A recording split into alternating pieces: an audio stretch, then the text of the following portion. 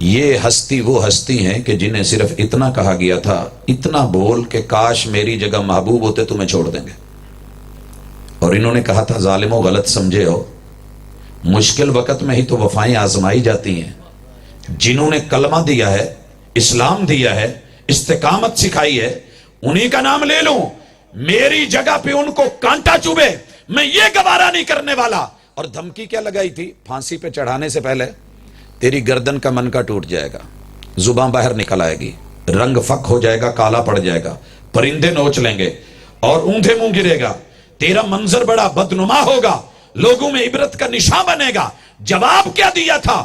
لست ابالی حین اقتل مسلما علی ای جنب کان فی اللہ مسرعی، جب میری موت شہادت ہے اور اللہ کے لیے ہے اور دین کے لیے ہے، پھر مجھے کوئی پرواہ نہیں کہ میں کس بل گرتا ہوں، میری زبان کدھر جاتی ہے اور میرے جسم کا کون سا انگ کدھر جاتا ہے۔ ایمان اور اسلام کا بول بالا میری زندگی کا مقصد ہے۔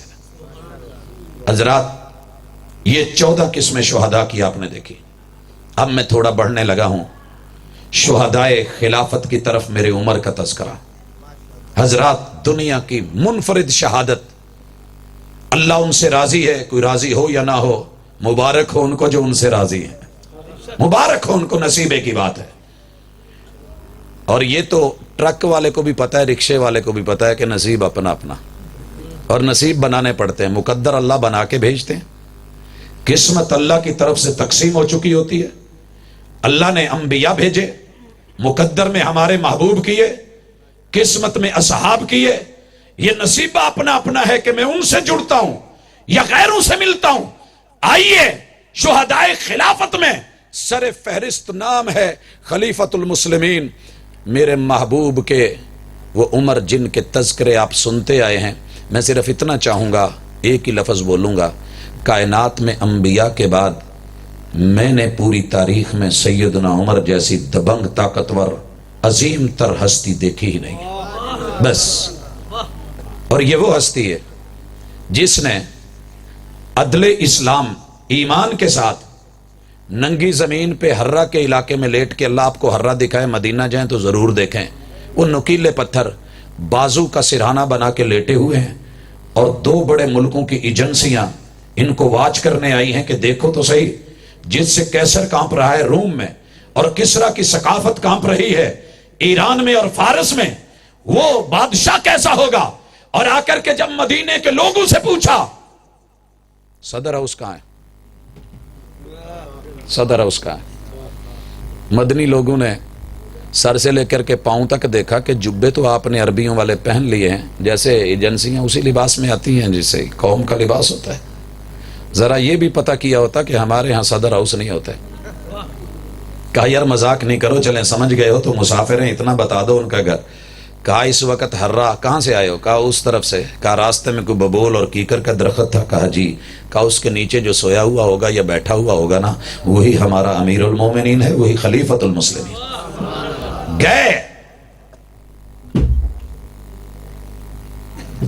یہ بھائی کی محبت ہے، وگرنہ خون انہوں نے دیے ہیں، نوٹ ہمیں ملے۔ بہرحال حضرات، محبوب علیہ الصلوۃ والسلام کے یہ صحابی شہید خلافت جن کے تذکرے پہ لیے آج علماء بھی آئے، آپ بھی آئے، بازو کا سرانہ بنایا، اور دونوں ملکوں کی ایجنسیاں بولی تھیں آ کے بیک زباں عدلت فنمت یا عمر، عمر تو نے دین محبوب کا عادلانہ سسٹم رائج کر کے آج ننگی زمین پہ بازو کا سرانہ بنا کے کتنی مزے کی نیند لی ہے۔ ہم نے کیسر و کسرا اور رستموں کو جو ہے وہ دربانوں کی موجود میں مخملی اور ریشمی بستروں پہ بھی بے آرام دیکھا ہے۔ یہ ہیں عمر، انہوں نے نا اللہ سے جو بھی مانگا رب نے دیا۔